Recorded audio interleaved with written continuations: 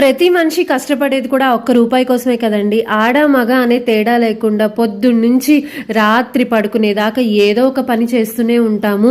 Already ఉద్యోగం చేస్తున్నప్పటికీ తర్వాత మళ్ళీ ఇంకొక రూపాయి వస్తుంది అని చెప్పేసి పార్ట్ టైం జాబ్స్ చేసేవాళ్ళు కూడా చాలామంది ఉన్నారు. ఇంత కష్టపడినా సరే మనం రూపాయి దాచుకోలేకపోతున్నామే అని బాధపడే వాళ్ళల్లో నేను కూడా ఒకదాన్ని. అందుకనే నేను ప్రతి శుక్రవారం అయితే ఈ దీపం పెడతాను ఖచ్చితంగా.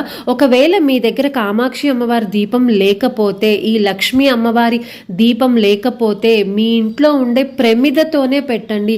అంటే అది ఉంటేనే అమ్మవారు మన దగ్గరికి వస్తుందా అన్నది ఏం లేదండి. ప్రమిద ఉన్న దానికి చక్కగా పసుపు కుంకం బొట్లు పెట్టుకొని ఇట్లా ప్రతి శుక్రవారం సాయంత్రం 6 తర్వాత దీపం పెట్టి చూడండి. చాలా అంటే చాలా కలిసి వస్తుంది. ప్రసాదం కూడా పాలు బెల్లం నైవేద్యంగా పెట్టి చక్కగా ఇల్లంతా ధూపం చూపించండి. ఆ లక్ష్మీదేవి ఎలా రాదో నేను చూస్తాను.